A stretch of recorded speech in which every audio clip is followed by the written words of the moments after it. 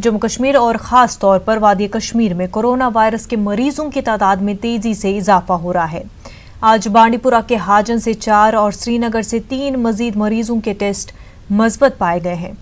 आज इन 7 अफराद के टेस्ट मस्बत पाए गए हैं। उनमें 4 वो लोग हैं जो उन अफराद के राब्ते में आए हैं जो पहले ही इस वायरस के शिकार हुए हैं और मजहबी इज्तिमा में शामिल रहे थे। इन 4 का ताल्लुक हाजन से बताया जा रहा है। दीगर 3 भी बैरून रियासत या बैरून ममालिक के सफर से लौटे हैं। बताया जाता है कि एक इंडोनेशिया से लौटा है। इसके अलावा अहमदनगर का एक जोड़ा है जो हाल ही में सऊदी अरब से वापस आए हैं। उधर कल रात जिला राजौरी में मजीद 2 अफराद के टेस्ट मस्बत पाए गए हैं। उनमें एक उस शख्स के अफराद खाना में है जिसका टेस्ट पहले ही मस्बत पाया गया है। दूसरा मरीज श्रीनगर के उस मरीज के राब्ते में आया था जो अब फौत हो गया है। श्रीनगर में भी कल 4 मजीद अफराद के टेस्ट मस्बत पाए गए हैं। उनमें 2 हाल ही में बैरून मुल्क के सफर से वापस लौटे थे। 2 दीगर बैरून रियासत का सफर करके आए हैं और वो मजहबी इज्तिमा में शामिल हुए थे। जुमेरात को जिन 3 अफराद के टेस्ट मस्बत पाए गए थे उनमें 2 बच्चे भी शामिल हैं। जम्मू कश्मीर में अब तक 27 अफराद इस वायरस के शिकार हो गए हैं। उनमें एक की मौत हो गई है जबकि एक सेहतयाब हो गया है। इस तरह अब भी यूटी में 25 मस्बत केस है। इस बीच मुल्क भर के साथ साथ जम्मू कश्मीर में भी लॉकडाउन मुसलसल जारी है। पिछले 2 दिनों से करीब 1 दर्जन अफराद के टेस्ट मस्बत आने से लोगों में मजीद दहशत पाई जा रही है। लोग घरों में ही रहने को तरजीह दे रहे हैं। श्रीनगर शहर की सड़कें भी सुनसान नजर आ रही है। बाजार बंद है। इस बीच इंतजामिया भी लोगों को घरों में रहने के लिए कह रही है। कोरोना वायरस से बचाव के लिए सोशल डिस्टेंसिंग सबसे अहम है। उधर वादी में कोरोना वायरस की जिस मरीज की मौत हो गई थी उसके कश्मीर में सभी 11 अहल खाना के टेस्ट मनफी पाए गए हैं। रैनावारी अस्पताल में उनका टेस्ट हुआ था। इस बीच छतबल और बटमालू के क्वारंटीन में रखे गए कम से कम 26 अफराद ने हंगामा किया और फरार हो गए। वो जवाहरलाल मेमोरियल अस्पताल रैनावारी में अलहदा रखे गए थे। बताया जाता है कि उन्होंने दरवाजे और खिड़कियां तोड़ दी। उनके इलाके से एक मस्बत केस पाया गया है। उसके बाद उन्हें यहां रखा गया है। वो मरीज के करीबी रिश्तेदार या अहल खाना है।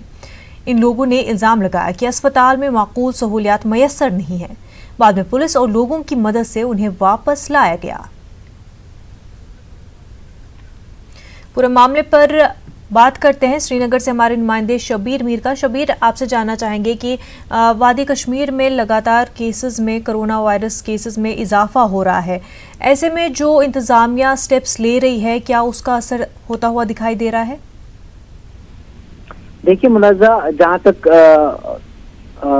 स्टेप्स लेने की बात आप कर रही हैं जी, तो पहली सूरत में सबसे जो अहम चीज है वो लॉकडाउन है जी। क्योंकि अब आपने देखा कि इंग्लैंड जैसे मुल्क में भी ये माना कि लॉकडाउन के सिवा कोई और चारा नहीं है कि अगर आपको ये वायरस का जो फैलाव है इसकी चेन को ब्रेक करना होगा।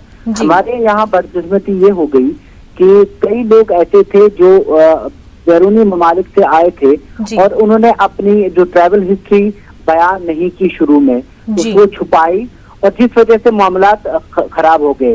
एक मामला इतना ही नहीं, जो हमारे यहाँ स्क्रीनिंग हो रही थी एयरपोर्ट पे वो भी सही नहीं थी और वो कंफ्यूजन का शिकार थी।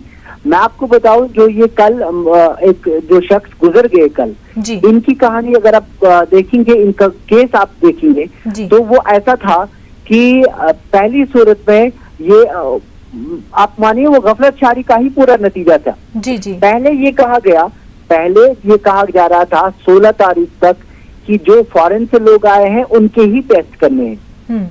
ये एक तरीकाकार था। फिर जब पता चला कि नहीं, अब जो कम्युनिटी में वायरस आ गया था, तब तक पूरे हिंदुस्तान में कम्युनिटी में वायरस आ गया। अब केस ऐसे भी लगते हैं जो दिल्ली से आए हैं। आज जो कल से जो ज्यादातर केस हमारे यहाँ पे पॉजिटिव आए वो लोग हैं जो तबलीगी जमात के साथ मुख्तलिफ मौकों पे गए थे। जो शख्स जो आज 4 जो अशखास हाजिन से पॉजिटिव आए हैं वो भी तबलीगी जमात का हिस्सा रहे हैं। दिल्ली में जो उनका इजलास है वो अलग उसका हिस्सा रहे हैं। कल 2 उसके और पॉजिटिव आए थे जो बेमना से आए थे। एक शख्स राजौरी से आया। तो एक तो ये मसला था। एक ये मसला कि कई लोगों ने अपनी हिस्ट्री बयान नहीं की सही तरीके से, उन्होंने बताया नहीं। तो तकरीबन 150 लोगों को कश्मीर वादी से ही जबरदस्ती ट्रैक करके लाना पड़ा। अभी भी इतलात आ रही है कि कुछ लोग ऐसे आज भी हैं जिन्होंने अपनी हिस्ट्री बयान नहीं की है और अपने घरों में है।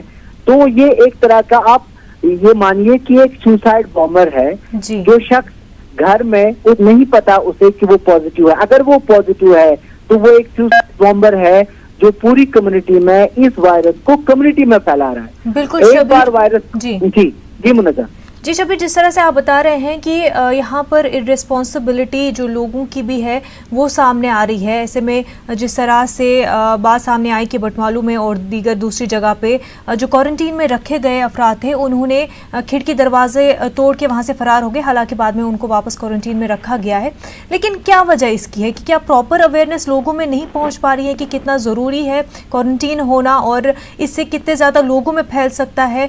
क्यों इस तरह से लोग जो है लापरवाही बरत रहे हैं? मुनज़्ज़ा, ये इसका दूसरा एंगल है। आपको याद होगा जब ये मामला शुरू में होने लगे तो हम ये बातें लोगों को समझाने लगे एक्सपर्ट्स के जरिए कि क्वारंटीन में जाना कोई खुदा ना खासा ऐसी बात नहीं है कि वहां पे आप गए तो कुछ होगा। हमने कोशिश की, न्यूज़ 18 पे उर्दू पे हमने कोशिश की। क्वारंटीन में जाना लोगों को मुश्किल लगता था।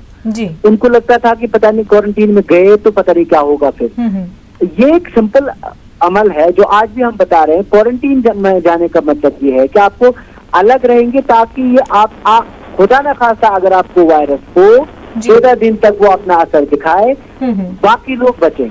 जहां तक आपने ये बात की JLNM की, ये एक दूसरा पहलू इस मामले का है। JLNM एक कोई टेरिशरी अस्पताल नहीं है। वो जो हॉस्पिटल है वो यहाँ के हेल्थ सर्विसेज का हॉस्पिटल है। एक मानिया डिस्ट्रिक्ट लेवल का हॉस्पिटल है। उसमें अच्छी खासी सहूलत पहले थी, लेकिन वहाँ पे जो मुलाजमीन हैं उनको इस बात का तजुर्बा नहीं है कि इस तरह का वो निजाम कैसे संभालें। और आप वहाँ पे पेशेंट 10-10, 15-15 क्वारंटीन के लिए पेशेंट वहाँ पे भेज रहे हैं। इतना ही नहीं, जो 2 बच्चियां जो आए थे, जो बच्चे आए थे पॉजिटिव, वो भी वहीं पे हैं। तो वहाँ पे आपके पास एक तरह का निजाम नहीं है। ये वहाँ के मुलाजमीन जो है वो परेशान है। वो परसों एहतजाज कर रहे थे कि हमारे पास पूरा गियर नहीं है कि हम इनको संभाल पाए। सबसे बड़ी गलती जो इंतजामिया की तरफ से हमारी नजर में जो की जा रही है वो ये कि जो भी अगर कोई पेशेंट पॉजिटिव आता है तो उसकी पहली जगह होनी चाहिए स्किम्स थोड़ा, क्योंकि वो आपका वाहिद टेरिशरी अस्पताल है जो इस तरह के केसेस को संभाल सकता है। लेकिन बदकिस्मती से ये हो रहा है कि इन पेशेंट्स को यहाँ पे लाया जा रहा है, वहाँ पे इंतजाम, जाहिर सी बात है। वो रात को कुछ लोग यहाँ पे एक वायरल हुआ था एक ऑडियो कि वो मिन्नतें कर रहे हैं, वो रो रहे हैं कि हमारे यहाँ कोई इंतजाम नहीं है, स्टाफ नहीं आ रहा हमारे पास। तो ऐसे में क्या होगा? ये जो लोग ये मामला हुआ है, हालांकि वो ये डिप्टी कमिश्नर ने साफ कर दिया कि वो भागे नहीं है, वो वहीं पे हैं। थोड़ा सा मामला था, उनको संभाल लिया गया है। लेकिन ये मामला बिल्कुल यहाँ पर अब इंतजामिया को भी जो है बराबर सहूलियात रखनी पड़ेंगी, और ताकि लोग ऑलरेडी पैनिक में हैं तो इंतजामिया को लोगों को समझाना होगा कि क्वारंटीन में रखना कोई सजा नहीं है, बल्कि तमाम तर सहूलियात मैसर की जाएंगी। और ये यकीन तभी आएगा जब वो इसको अमलाते हुए देखेंगे इंतजामिया को। बेहद शुक्रिया शबीर आपका तमाम तर तफसीलात के लिए। के लिए public address systems, technology, volunteers और NGO नेटवर्क्स की सहायता लें।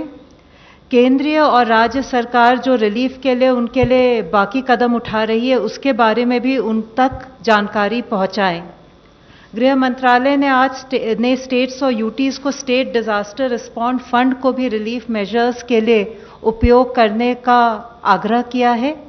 जो भी एलोकेशन इस वर्ष में है, इसके अलावा आगामी वर्ष में स्टेट डिजास्टर रिस्पॉन्ड फंड का एलोकेशन लगभग 29,000 करोड़ है। इसलिए स्टेट्स के पास रिलीफ मेजर्स के लिए पर्याप्त फंड्स हैं। इन सब मेजर्स के साथ हमें विश्वास है कि स्टेट्स और यूटीज को माइग्रेंट वर्कर्स और होमलेस के लिए सुविधा सुनिश्चित करने में मदद मिलेगी। धन्यवाद। सबसे पहले हम ऑनलाइन क्वेश्चन लेते हैं लॉकडाउन के बारे में। To what extent has the lockdown measures helped in arresting the transmission of virus till now? See, whatever measures we have initiated, obviously from moment one or day one, you cannot expect all the results to come. It will be a process. We are aware that once we ensure 100% implementation of lockdown, in next few days we'll see the corona virus को लेकर के वजारत सेहत media से खिताब कर रहे थे। आगे बढ़ते हैं। वज़ीर आज़म मोदी ने चीन से लौटे कश्मीरी तालिब इल्म निज़ामुल रहमान से फ़ोन पर बात की और उनसे वुहान की सूरत हाल के बारे में जानकारी हासिल की। वाज़ेह है कि निज़ामुल रहमान वुहान में MBBS की पढ़ाई कर रहे थे। हम आपको वज़ीर आज़म से हुई बातचीत सुनवाते हैं। हेलो जी, निज़ामुल रहमान साहब बोल रहे हैं। जी, गुड इवनिंग मैम। जी, गुड इवनिंग। मैं प्रधानमंत्री कार्यालय से बोल रही हूँ। जी मैम। माननीय प्रधानमंत्री जी आपसे बात करेंगे। हम आपकी कॉल प्रधानमंत्री जी को ट्रांसफर कर रहे हैं। आप हेलो कहेंगे और अपनी बात शुरू करेंगे। जी मैम। हेलो हेलो, नमस्कार सर, गुड इवनिंग। निजाम गुड इवनिंग सर, कैसे हैं आप? मैं ठीक हूँ। वुहान में क्या पढ़ते हैं आप? सर, मैं मेडिकल पढ़ता हूँ, MBBS। अच्छा, तो अभी वायरस का सुनकर के तो एक डॉक्टर को तो बहुत पता चला होगा कि कितना बड़ा भयंकर है। जी सर, बिल्कुल बहुत भयंकर है। तो वुहान में जब ये आपने सुना और आप फंस गए थे तो वो दिन कैसे काटे आपने वहाँ? सर, वो उन दिनों तो बहुत टेंशन हुआ सर। फिर उसके बाद थैंक्स टू इंडियन गवर्नमेंट जिनने हमें इवैक्यूएट किया वहाँ से। अब जब यहाँ वापस आए जी सर, तो उसके बाद क्या क्या किया, जरा मैं आपका अनुभव सुनना चाहता हूँ, क्योंकि सर आप उसके तो कश्मीर के रहने वाले हैं। जी और सर। घाटी के रहने वाले हैं, तो घाटी में तो ठंड ज्यादा होती है और जब यहाँ आए तो आपको गर्मी में रखा गया होगा, काफी तकलीफ हुई होगी। नो सर, कोई तकलीफ नहीं हुई हमें बहुत अच्छे से ट्रीट किया गया वहाँ पे। हर एक फैसिलिटी हमें अच्छे से प्रोवाइड की गई, लाइक फूड वगैरह सब कुछ, मेडिकल फैसिलिटीज, और हमें इंडोर गेम्स भी प्रोवाइड की गई वहाँ पे। आपके साथी भी प्रसन्न थे सारे? यस सर, बहुत सारे प्रसन्न थे। कितने लोग थे आप लोग? सर, हम ये कश्मीर से 60 थे। ओह, यस सर। लेकिन सब अपने घर में बिल्कुल अभी सलामत है? जी सर, बिल्कुल, थैंक्स टू यू। और सबको समझा रहे हैं ना कि भाई सब इस प्रकार से 14 दिन संभाल लें, क्योंकि आपने तो डॉक्टर की पढ़ाई कर रहे हो। जी सर। तो आप अच्छी तरह समझा सकते हो औरों को। जी सर, बिल्कुल। हाँ, क्योंकि कश्मीर में अभी जो 1-2 केस हुए हैं तो वो भी चिंता का विषय है। जी सर, जी सर। आप जैसे नौजवान हैं जो इस चीज को जानते हैं, जी सर, बिल्कुल। टेलीफोन से लोगों को समझाना चाहिए। जी सर, बिल्कुल बिल्कुल। चलिए निजाम, बहुत अच्छा लगा आपसे बात करके। सर, मुझे भी बहुत अच्छा लगा सर। मुझे अच्छा लगा कि इस व्यवस्था से आप लोग प्रसन्न हैं।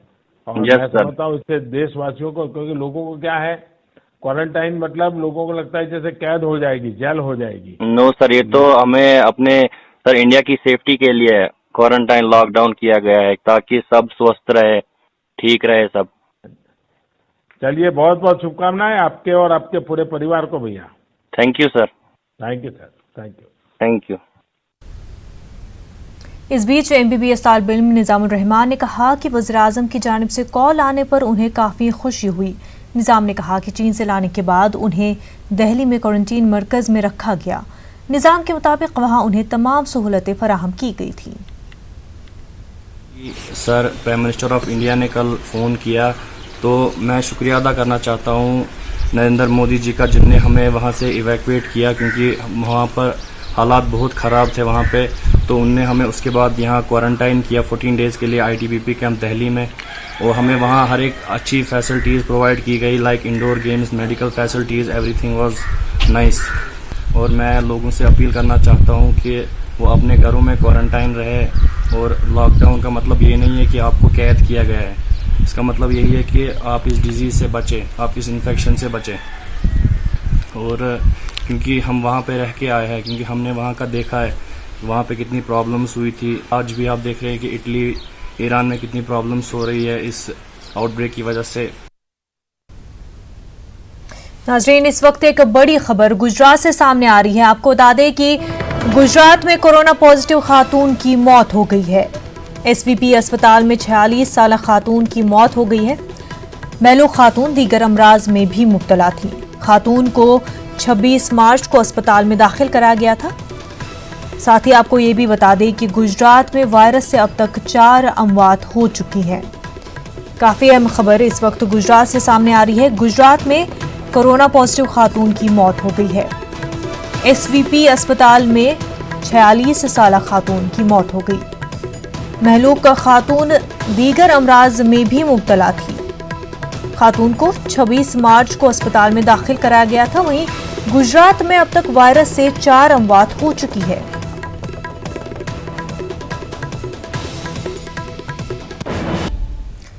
कोरोना वायरस से निपटने को लेकर तेलंगाना हुकूमत के दावे खोखले साबित हो रहे हैं। कल वज़ीर आला केसीआर ने रियासत तेलंगाना में कोरोना वायरस से मुतासरा 60,000 मरीजों के इलाज की सहूलत होने का दावा किया था, मगर ये दावा हकीकत में कहीं दूर नजर आ रहा है। आज हम आपको एक ऐसे आइसोलेशन वार्ड की तस्वीर बता रहे हैं जहां पर कोरोना से मुतासर डॉक्टर जोड़ा जेर इलाज है। डॉक्टर जोड़े के साथ ये रवैया है तो आम मरीजों के साथ क्या होगा, आपको अंदाजा हो गया होगा। इस आइसोलेशन वार्ड में न तो पीने के लिए पानी है और न दीगर सहूलियात। यहाँ पर मरीजों के इलाज के लिए कोई डॉक्टर भी नहीं है।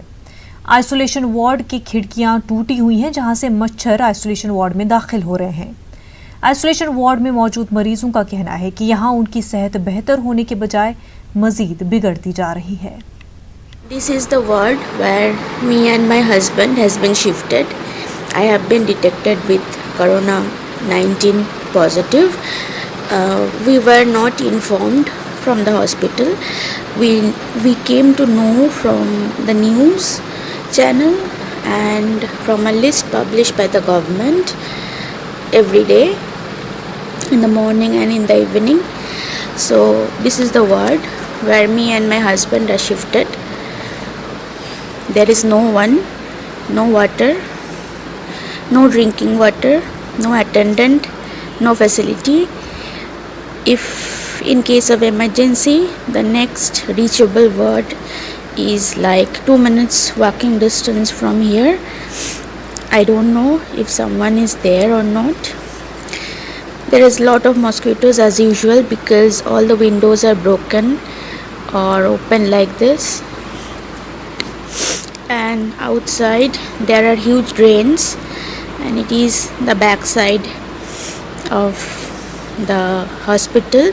This is Ronald Ross Fever Hospital. So if you are detected with corona positive and you are in this hospital, you will not get any treatment. I haven't got a single treatment till now for my disease, for my virus, and we are isolated here. So in case of emergency, if I have any emergency at night, so my husband has to run to the next ward and then bring someone and then inform the doctor, and I don't know if someone will come or not. This is the washroom.